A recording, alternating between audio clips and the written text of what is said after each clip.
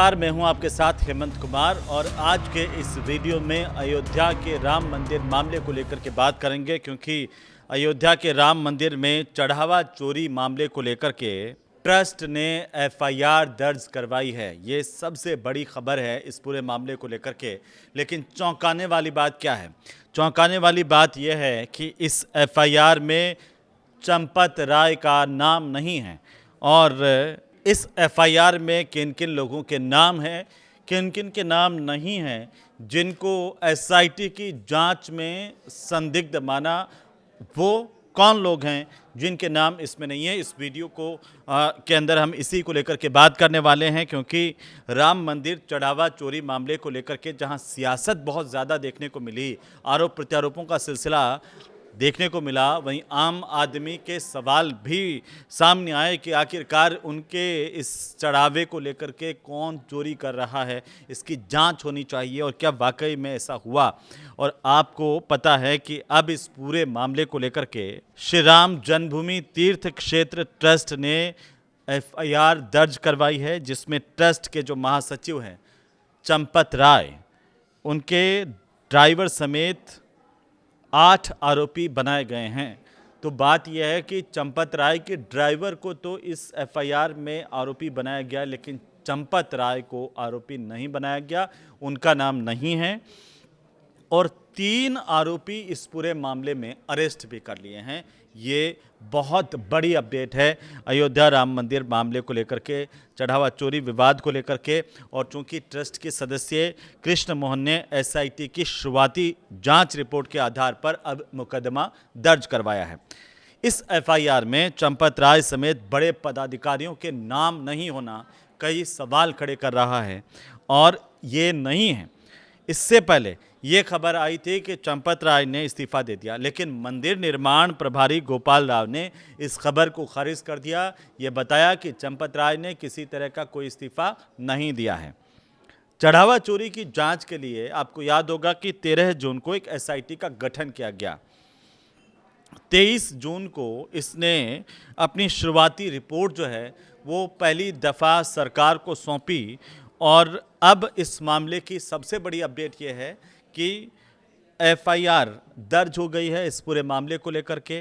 किन आरोपियों के नाम है ये जानना बड़ा दिलचस्प है।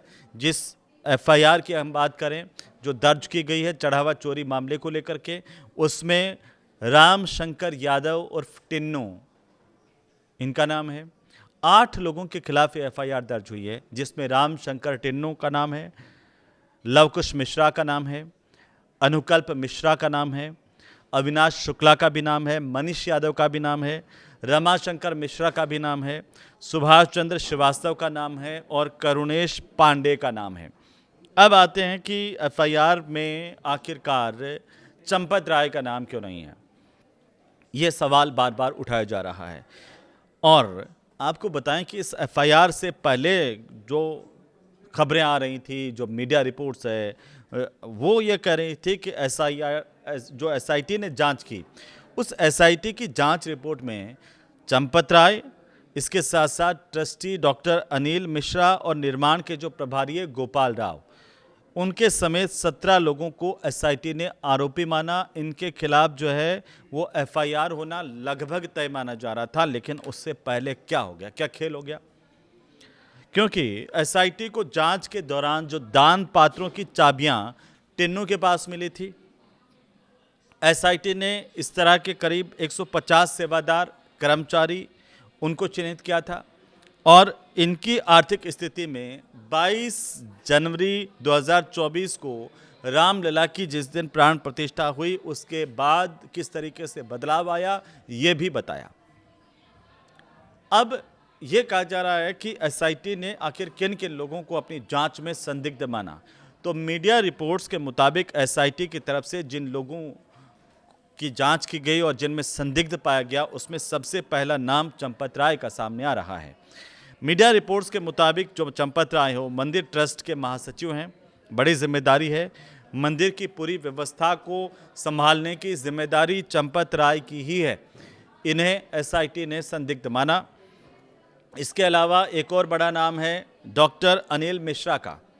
अनिल मिश्रा इस ट्रस्ट के सदस्य हैं और मंदिर व्यवस्था में सहयोग करने की बड़ी जिम्मेदारी अनिल मिश्रा के कंधों पर है। इसके अलावा जो एक और बड़ा नाम है वो गोपाल राव का है। गोपाल राव मंदिर निर्माण के बाकायदा प्रभारी हैं।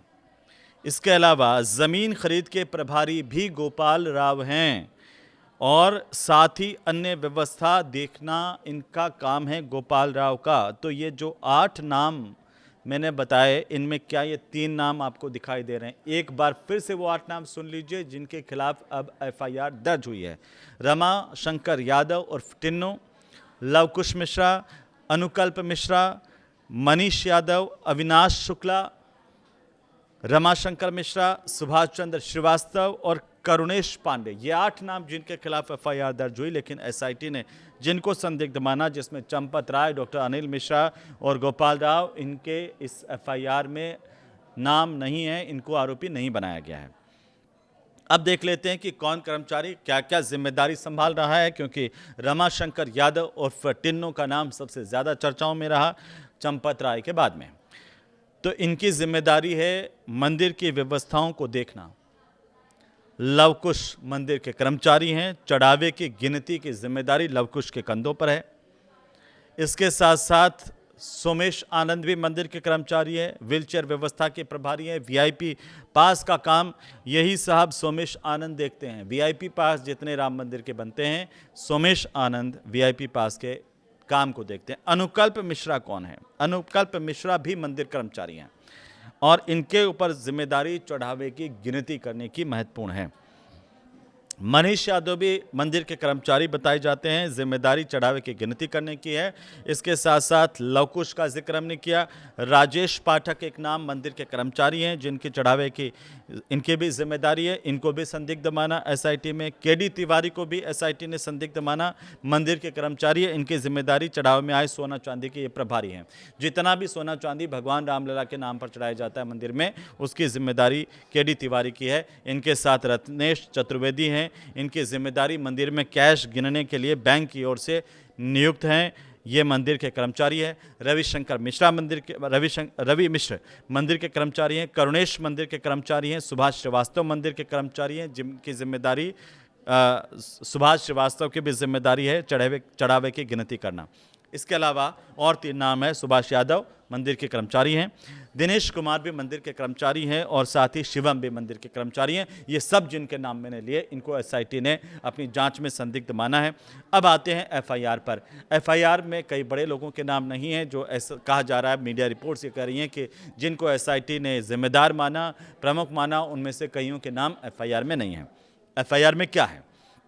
एफआईआर में किन धाराओं में मामला दर्ज किया गया, केस दर्ज किया गया, उसको ज़रा विस्तार से देखते हैं। कि धारा 306 बीएनएस की, इसमें पहली धारा लगाई गई है एफआईआर में। और ये जो बीएनएस की धारा है, वो कर्मचारी या सेवक अगर कोई चोरी करता है तब उसके ऊपर धारा 306 बीएनएस लगाई जाती है, जो इसमें लगाई गई है। अधिकतम 7 साल की सज़ा है अगर आरोप प्रमाणित होते हैं तो, और जेल 7 साल की जेल के साथ साथ जुर्माने का भी इसमें प्रावधान है। धारा 316(5) बीएनएस की, जिसमें ये मामला दर्ज हुआ है। तो पहले तो एक बार आप देखिए जिन जिन धाराओं में मामला दर्ज हुआ है। 306 बीएनएस की धारा, 316(5) और धारा 317(4) बीएनएस।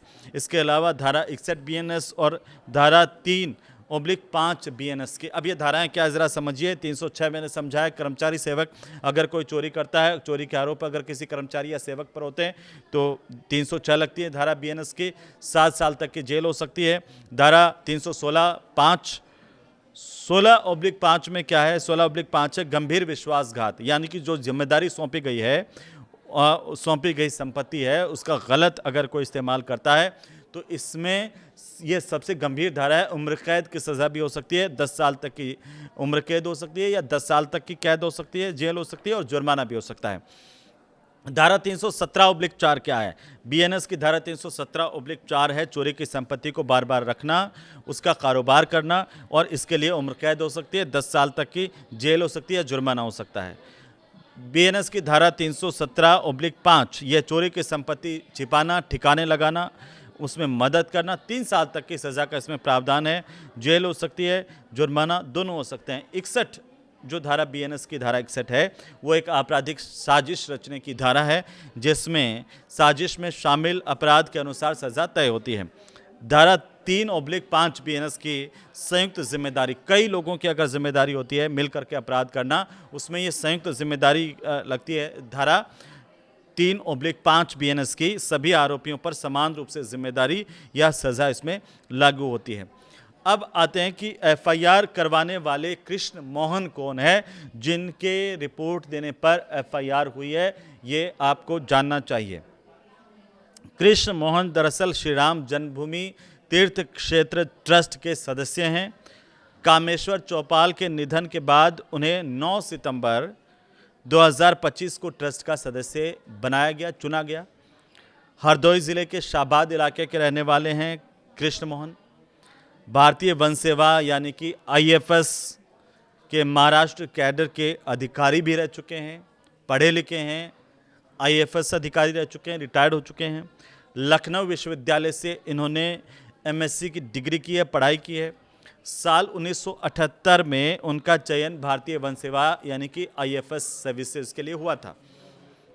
नागपुर में जब इनकी तैनाती रही तो ये राष्ट्रीय स्वयंसेवक संघ आरएसएस से जुड़े। इसके बाद लगातार आरएसएस से जुड़े हुए रहे हैं कृष्ण मोहन। संघ में नगर, जिला, प्रांत और क्षेत्रीय संघ चालक जैसी महत्वपूर्ण जिम्मेदारियां भी ये निभा चुके हैं। और सबसे बड़ी बात है कि साल 2012 में जब ये सेवानिवृत्त हुए तो उसके बाद से हरदोई वापस लौटे और कहा जाता है कि समाज सेवा में आ गए।